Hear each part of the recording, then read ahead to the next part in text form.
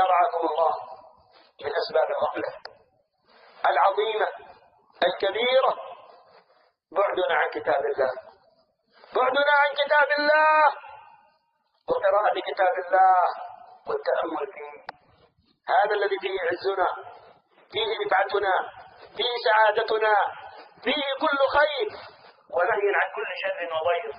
ضيعنا القرآن، نحفظ الأغاني، نحفظ القصص، نحفظ أسماء اللاعبين من النصارى، نحفظ شباب المسلمين اليوم تجدهم يحفظون ربما أشياء من العلوم الدنيوية حفظا، ماذا بالرياضيات والفيزياء والكيمياء وغيرها من هذه العلوم الدنيوية، وتجد الواحد منهم لا يحفظ من كتاب الله جزءا، بل تجده ربما في الثانوية وهو لا يعرف يقرأ القرآن.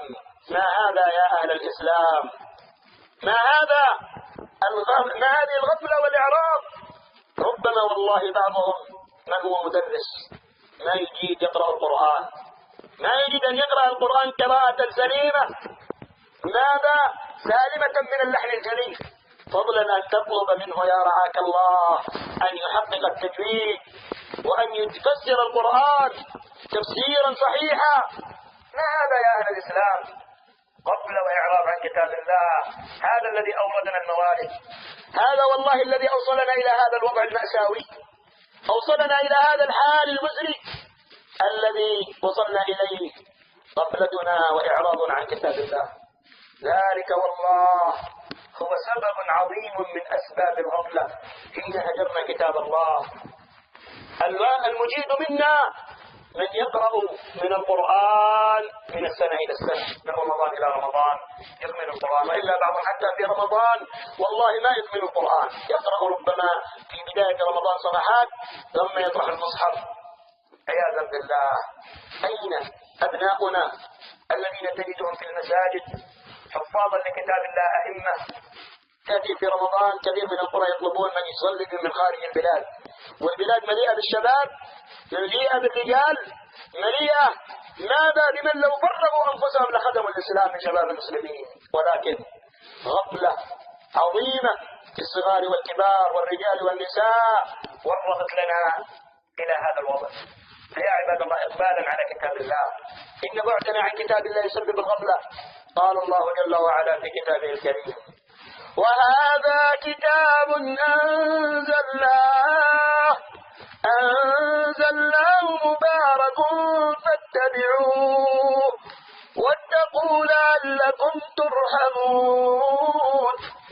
أن تقولوا إنما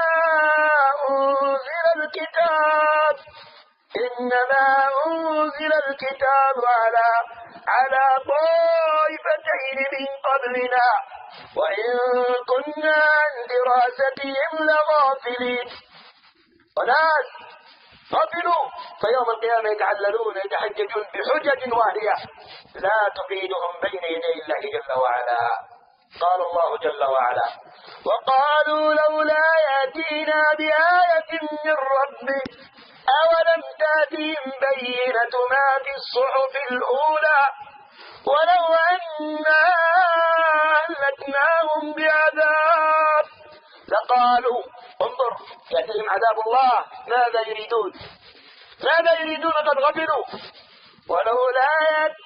وقالوا لولا يأتنا بآية من ربه أولم تأتهم بينة ما في الصحف الأولى ولو أنا أهلكناهم بعذاب فقالوا ربنا لولا أرسلت إلينا رسولا فنتبع آياتك من قبل أن نذل ونخزى. يا رب أرسل إلينا رسل حتى نتعلم من قبل أن يحصل علينا الذل والخزي.